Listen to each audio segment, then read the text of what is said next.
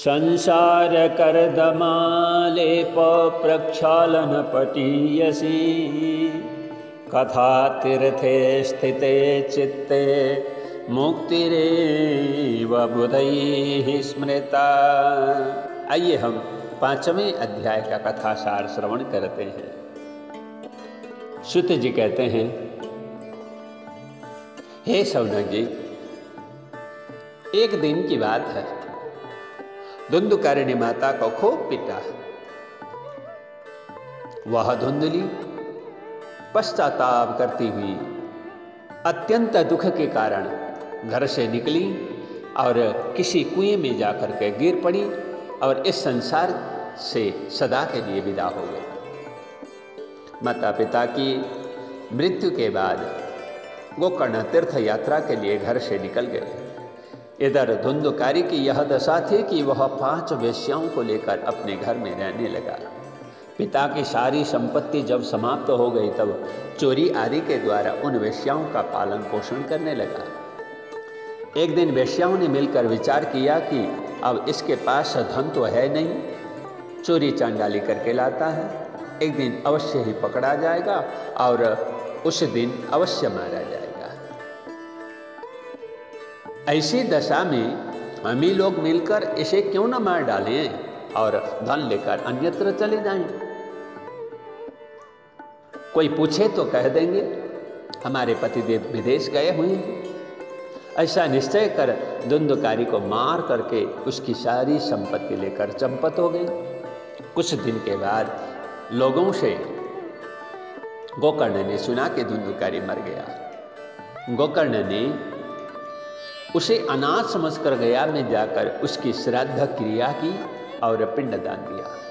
बहुत दिनों बाद घूमते हुए गोकर्ण जी अपने घर आए और उस सुनसान घर के आंगन में ही सो गए।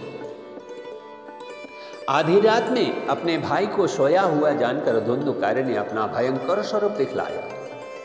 गोकर्ण ने पूछा, कहो जी, तुम कौन हो?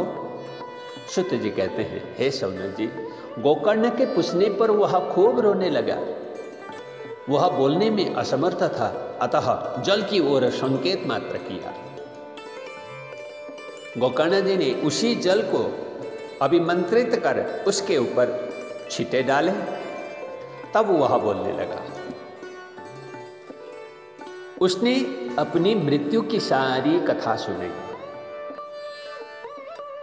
गोकर्ण ने पूछा, कहो जी, मैंने तो तुम्हारी मुक्ति के लिए गया में श्राद्ध किया और पिंडदान दिया, फिर भी तुम प्रेत बने ही रहे।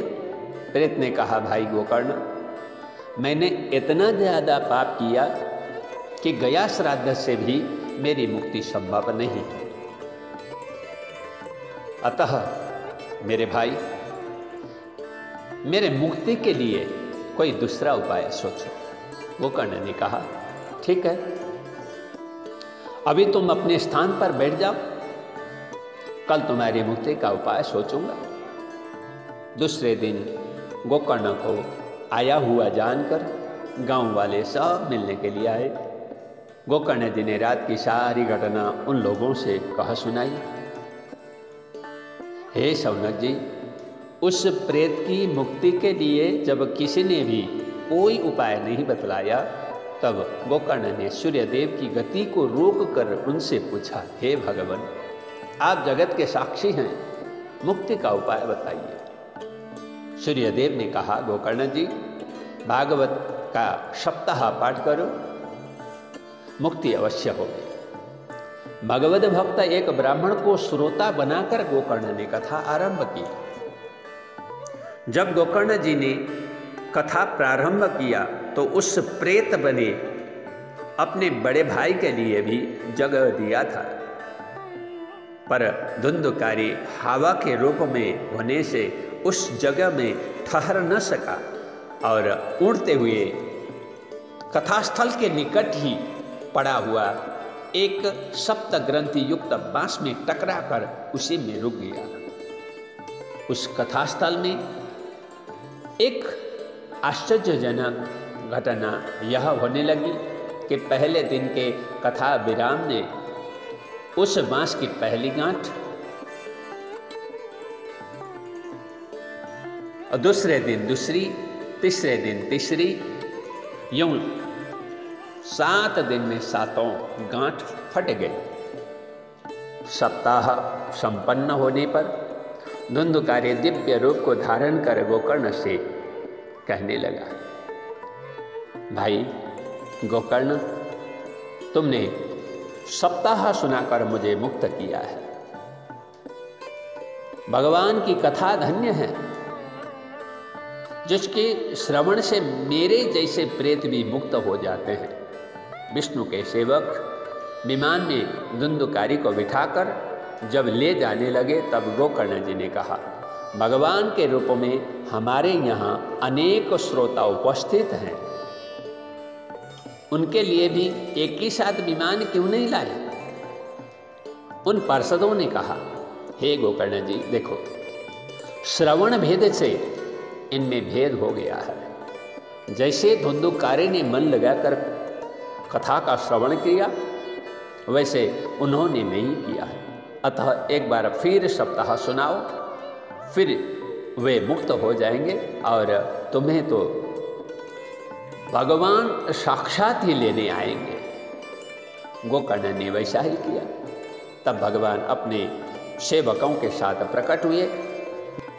गोकर्ण के गांव में जितनी जातियों के लोग कथा के श्रोता थे, उन सबको विमान में बैठाकर भगवान ने वैकुंठ में भेज दिया और गोकर्ण को अपने साथ लेकर भूलोक चले गए।